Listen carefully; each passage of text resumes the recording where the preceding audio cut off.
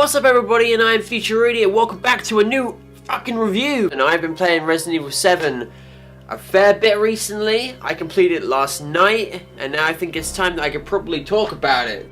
I have lots of very good things to say about this game. Similarly, I have a fair few things I didn't particularly like about this game. I completed it last night. I think my completion time was something around 8.5 hours, something like that. So I looked online, that's an average completion time. I liked this 8 hours. It was packed. It was jam-packed for 8 hours. I did 9 poos. I pooed myself 9 times. I did lots of screams. Aside from the pooping and aside from the screaming, it was a fantastic experience. Like I said, there's a few things that are wrong with this game, so I suppose I should stop flailing my arms around and just get on and talk about it. First, is this game better than Resident Evil 6? Well...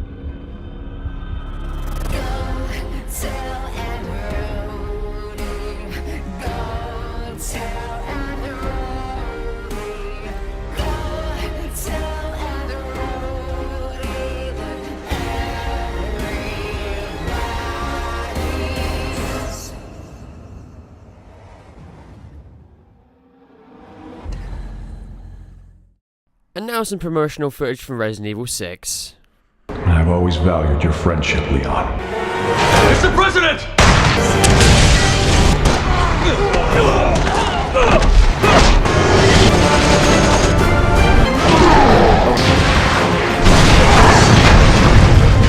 Much better off as a mercenary.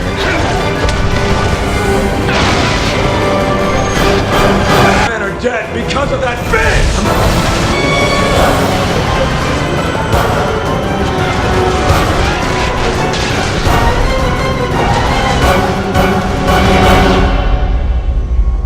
Resident Evil.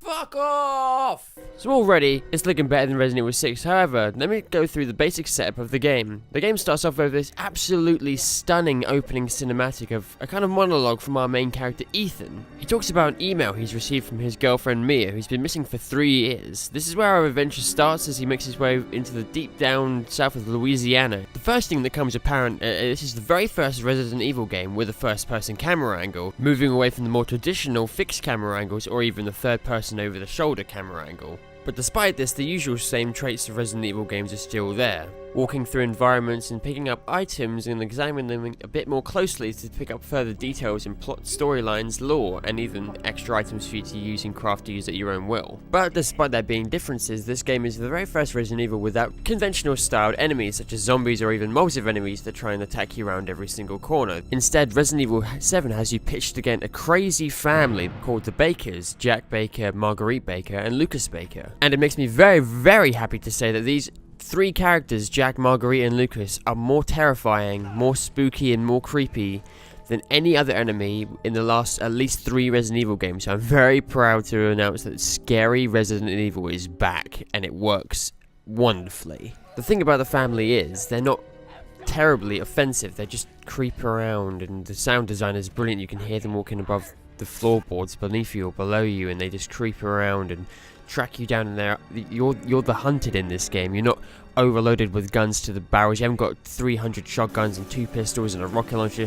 For the first couple of hours of the game, you just have a shotgun and a pistol and a knife, and that's it. So actually coming into contact with any of these enemies is terrifying at any instance. And I'm stoked as fuck. All these words are coming out of my mouth and I'm talking about Resident Evil 7. I was really worried about this game before it came out, and I'm saying it's terrifying, it's creepy, the sound design is amazing, the bad guys are awesome, the level design is brilliant. And I'm saying this all about Resident Evil 7, so I'm very happy about all this. But you're not introduced to Jack, Marguerite, and Lucas all at the same time. For the first few hours of the game, you're just going to be dealing with Jack and a few other enemies we'll get onto a bit later. And Jack is probably one of my favourite characters in video games going forward. He is creepy, he's insane, he tracks you down like a wild animal, he laughs at you, he taunts you from other rooms, and he's just a brilliant character. He bursts through walls in no instance, scaring the absolute bejesus out of you. And there hasn't really been enemies like Jack in Resident Evil, not at least since Nemesis and maybe Mr. X from 2 and 3, and I'm so proud about that. I can say there is a creepy stalker bad guy back in the Resident Evil 7 world. Like, he's not mutated, he's just, as far as it looks, a guy, and he makes you panic and he makes you freak out. But amongst all that, there's one good thing. The main thing I want to talk about is that the frickin' item save rooms are back! Yeah! Official, the save room has made a return for Resident Evil 7, a detail that was really sorely missed in the last couple of games. I've recently played Resident Evil 1 back, and I really love the save rooms, the item management, the managing your stuff between your own personal backpack and the stuff in the safe, not being able to save where you have to come to these specific rooms and save your game. They've all returned, it's all back. And this makes me super fucking stoked as a human. Between the item management, the save rooms, the creepy stalker enemies, the dark, dank environments, Resident Evil 7 has just made a comeback. It's awesome. He's just made a return. Even the puzzles have made a return. The puzzles, are you listening to me right now? There are puzzles, decent enough puzzles in Resident Evil 7 that aren't just pushing a button. They require thinking and strategy and thinking outside the box. You put all this together. What is wrong with this game? There's nothing wrong with this game. It is a perfect fucking game. Well, it's not a perfect fucking game, but put these things together, ladies and gentlemen. This is what we wanted from a Resident Evil game, and this is what we got. Capcom listened. The game dev listened to their fan base and made the dream come true. Holy fucking balls, man. And what you're seeing here on the screen is just from the first few hours of the game. I haven't really showed you anything from the end game, really. This is all from the first 2 hours. It's exhilarating. It gets your blood pumping. It makes you want to do a little poop inside your pants because it's fucking terrifying all the time. And Jack is one hell of a bad guy. And there's puzzles back. And there's item management. And oh my fucking god. Basically, if you've never played Resident Evil 7 before, start here.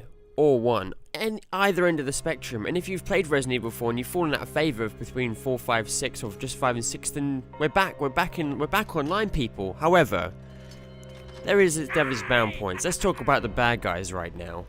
The nasty bad guys in Resident Evil 7 are called the Mold. They're pretty terrifying actually, and they have an even more terrifying and depressing backstory. So a few years before the game actually starts, the Bakers, them crazy family, they have been capturing people off the streets, just people, runners, people on bikes, people hiking, hippies, homeless people, and turning them in to these horrible, disgusting creatures that are just mutated beyond all recognition of their former selves.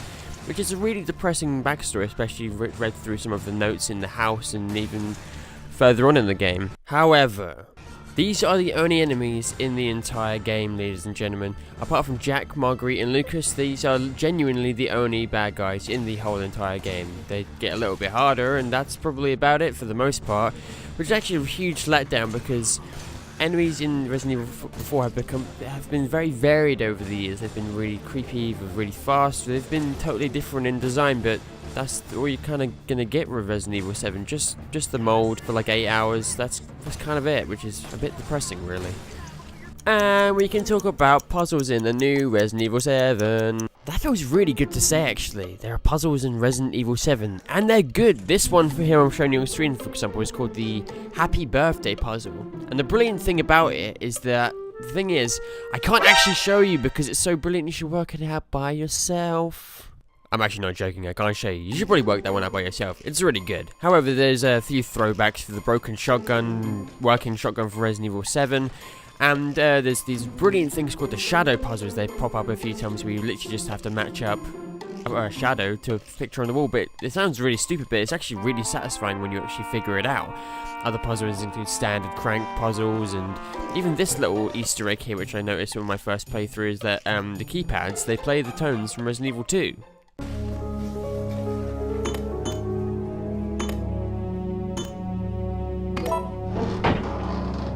And I would consider that a nice little touch. So the puzzles are back, they're varied, they're spread out, and some of them actually do require brain power, which is rad. Overall, Resident Evil 7 is a very good game. However, there are a few things which I don't like, other than the aforementioned mold enemies, which I think are fine, but I think they could have done with a few more variants, or maybe some new enemies altogether during the later game. It's actually the late game part that I don't really enjoy too much. The first 4 or 5 hours of Resi 7 is slow. It's creepy, it's drawn out, a lot of brain puzzles and thinking to do. However, the latter half of the game is just sort of, it goes back to its sort of Resident Evil 5, Resident Evil 6 roots. Everything just goes completely bombastic, and it kind of feels like another, like they've get so close to the end and then they just screw it up. There's explosions happening and there's loads of guns and there's loads of mob enemies and there's a few penny drops at the end, bring the story together, which I really enjoyed. But apart from that, the last 2 or 3 hours I really didn't enjoy too much. And lastly, I can't tell you what the fuck this is, but it's stupid. Who or what it is actually quite clever, but where does all this mass come from? Very, very good. Very good. I'd probably give it a good 8 out of 10 maybe. There's a few things I didn't really like. If you've never played a Resident Evil game before, this actually I think would be quite a good place to start, just because the lack of interaction with the other games. So all the other games mention Raccoon City, they all mention the T-Virus, they mention there's characters interlooping, you can see Chris and Leon. This one is kind of its own standalone thing. If you've never played Resident Evil before, this is a good place to start. For sure, I think this is a good place to start. It's different from the other ones, which I'm still a little undecided on. What I think would have been cool is if in all the other Resident Evils you could unlock stuff. So you complete the game and you unlock a new weapon or a new costume for someone, or a new, you unlock something new. With this, I feel like they maybe could implement a classic mode. So you complete the game all the way through. You know when you're gonna get scared. You know all that kind of stuff. So they did a classic mode, so you can play the whole game with that fixed camera angle, and it would shift as far as moving through the environment. So that's what I think. Much improvement on 5 and 6, which I'm very pleased I can say. So if you played Resident Evil before, but you've fallen out of favour with it because of the last few titles, then don't worry about it. Play this, you'll be pleasantly surprised. And if you've never played Resident Evil before, then this is a really, really good place to start, I think. If not 1 or 7, either end of the spectrum now, you're going to get a different experience, but it's going to be good experiences on both ends. Now, if you enjoyed this video, please be sure to leave a like. You exit full screen, which is like here, the button's here, and then you scroll down and then it's there, and you've made it for this far in the video, so you might as well press the like. So it shows me that you enjoyed it, which is good. And if you like me talking about Resident Evil or anything I've said in this video, then maybe consider pressing the subscribe button too. I hope you all have a fantastic morning, day, evening or night, depending on where in the world you're watching this and at what time. I've been Idiot. Go and play Resident Evil 7. You won't be disappointed, hopefully. Goodbye.